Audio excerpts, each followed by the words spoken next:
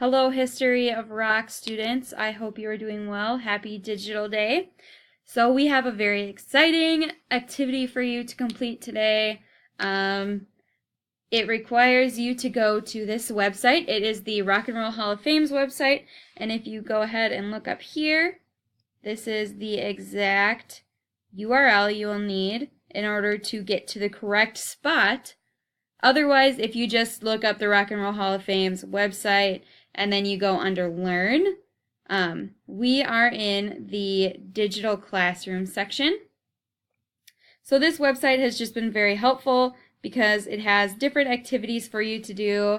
And so here's just a little welcome. So we are going to scroll all the way down to where it says Core Concepts and Videos.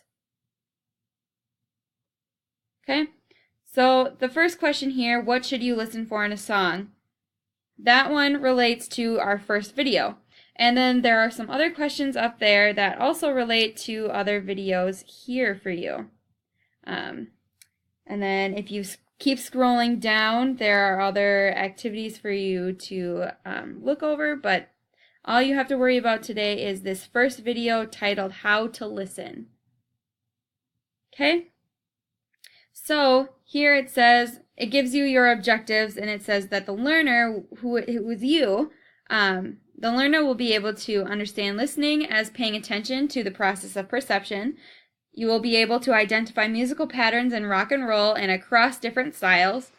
You will be able to identify and describe fundamentals of music, including rhythm, pitch, dynamics, timbre and texture, and melody and harmony.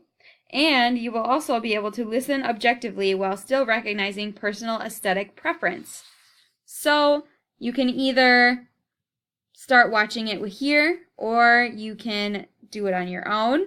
So if we just click on the video, here I don't have sound on. Okay, so there's just a little bit of an intro, and I'll just play the intro for you. Rock and roll transforms us. It challenges us to think, to dance, to question, to connect, but only if you're paying attention. Are you really listening? Listening is something that needs to be practiced. By practicing focused listening, you can develop skills that allow you to identify the sounds you hear, describe the sounds you hear, and understand how these sounds work together for a larger musical purpose. So why is this important? Isn't it enough to just sing and dance along to our favorite rock songs? Yes, that is a valuable response to the music, but it's just as essential to really listen to what we're dancing and singing along to. Rock and roll is an art, and just as we look at a painting and describe what we see, we should listen to a song and describe what we hear. You may hear a song in a different way. You may hear something you've never heard before. You may finally be able to describe what it is that you hear that makes you connect with the music the way that you do. There are 3 ways that we can begin to understand rock and roll. First, we need to learn more about how the music was created and who created it. We call this context, and it often requires some research. Secondly, we need to identify what we hear in the music itself. What does the song actually sound like? Finally, we can begin to interpret what we hear and think about what the song might mean. Then we can connect this song to the larger history of rock and roll. For many listeners, the second part can be the most difficult step.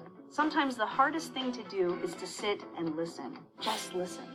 But when you do, you can hear things you might otherwise overlook. And you can begin to describe what you hear and to really understand rock and roll as artistic and meaningful expression. Let's try it. Let's really listen to a song and identify the things that we hear. We'll use the song. Okay, so what it goes on to say is that it is going to have you listen to an example of a song, and the song they're going to use is by a group from the 1970s. And then they're going to go through different ideals or things in music. They'll define them for you, and then what they're asking you to do is to listen to the song and write down what you hear that pertains to this example, rhythm. They also include things like dynamics, and then, like I said, they will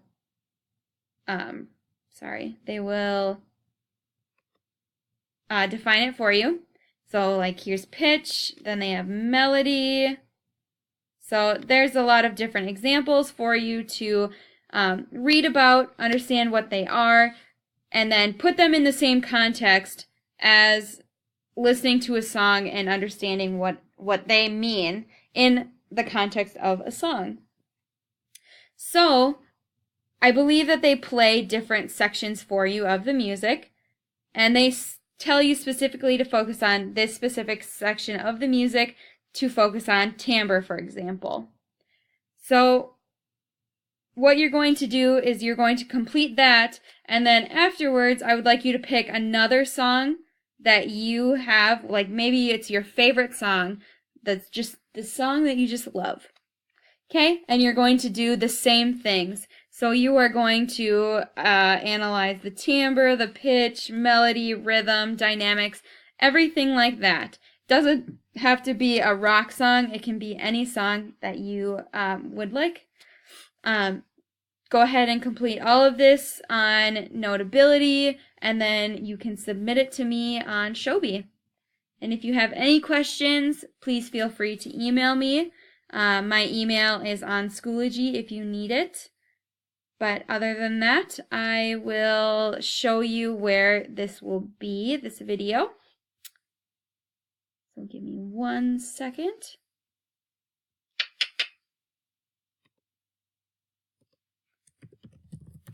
So if we go to Schoology.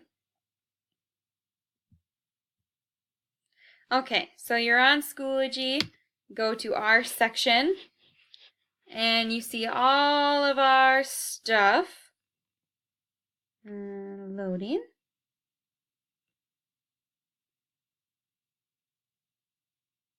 There we go. Okay, so go all the way down. Here's your Digital Day folder. And right here is your Earth, Wind, and Fire activity.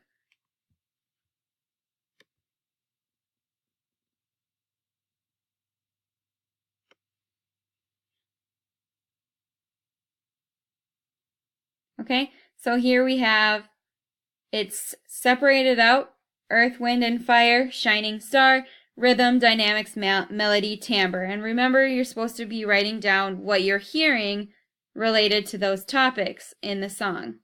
And then you're going to do the exact same thing, excuse me,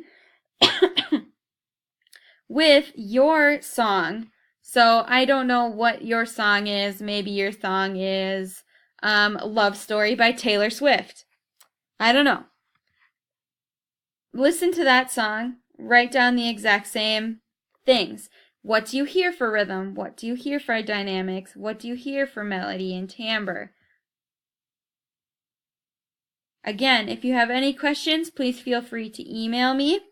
I look forward to reading all of your answers, and I look forward to exploring this. It's going to be great. Well, have fun!